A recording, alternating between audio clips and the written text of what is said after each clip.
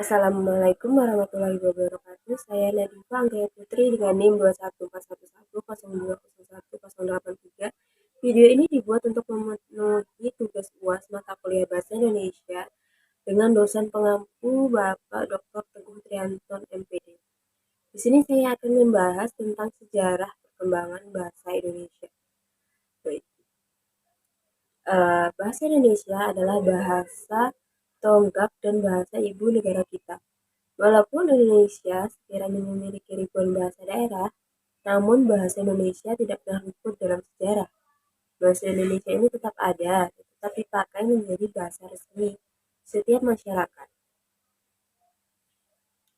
Menurut sejarahnya sendiri, bahasa ini pertama kali diperkenalkan dalam Kongres Sumpah Pemuda kedua di tanggal 28 Oktober 1928 sebagai bahasa persatuan. Lama-kelamaan, banyak juga yang memakai istilah bahasa Indonesia saat mereka menggunakan bahasa Melayu. Melayu bahan. Bahasa Indonesia adalah standarisasi dari bahasa Melayu, tepatnya bahasa Melayu dari dialek Riau, yang digunakan sebagai bahasa persatuan dan bahasa Indonesia. Bahasa Melayu sebelumnya digunakan sebagai lingua franca perdagangan Nusantara dari masa Kerajaan Sriwijaya dan Kesultanan Malaka. Pada Sumpah Pemuda tahun 1928, bahasa Indonesia dinyatakan sebagai bahasa persatuan dan setelah Indonesia merdeka pada tahun 1945, bahasa Indonesia dinyatakan sebagai bahasa negara dalam Undang-Undang Dasar 1945 Pasal 36. Yang kedua yaitu fenomena berbahasa.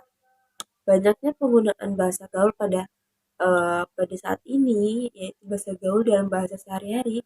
Banyaknya penggunaan bahasa gaul dalam bahasa sehari-hari tidaklah menghilangkan penggunaan bahasa Indonesia, melainkan makna dan penggunaan bahasa Indonesia yang baik, sopan, dan santun dalam kehidupan sehari-hari menjadi kabur. Saat ini banyak kalangan remaja yang menggunakan bahasa gaul dalam bahasa sehari-hari mereka.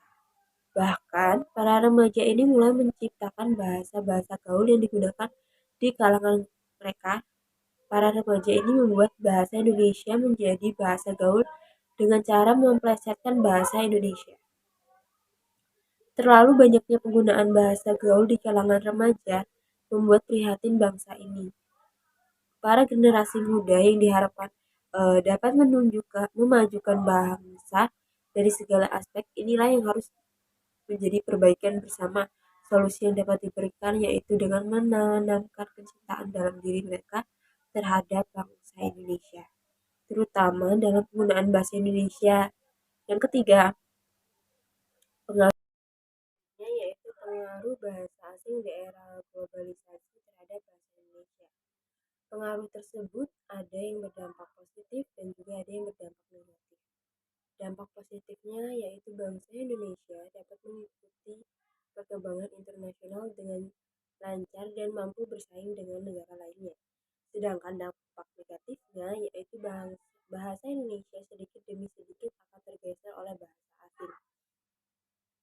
Oleh karena itu, jika penggunaan bahasa asing tidak dikurangi atau bahkan tidak diawasi, maka dapat diprediksikan bahwa Indonesia akan hilang dan ini sangat berpengaruh terhadap kebudayaan-kebudayaan yang ada di Indonesia.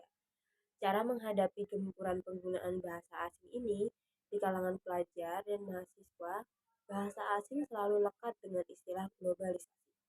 Namun, tidak semua globalisasi memiliki dampak yang baik bagi masyarakat sehingga diperlukan adanya filterisasi atau penyaringan terhadap suatu budaya yang masuk.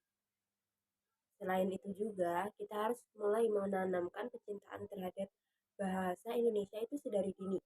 Sebagai insan akademis, intelektual yang tinggi, ada baiknya jika kita dapat membagi kapan kita dapat menggunakan bahasa asing dan kapan kita harus menggunakan bahasa Indonesia.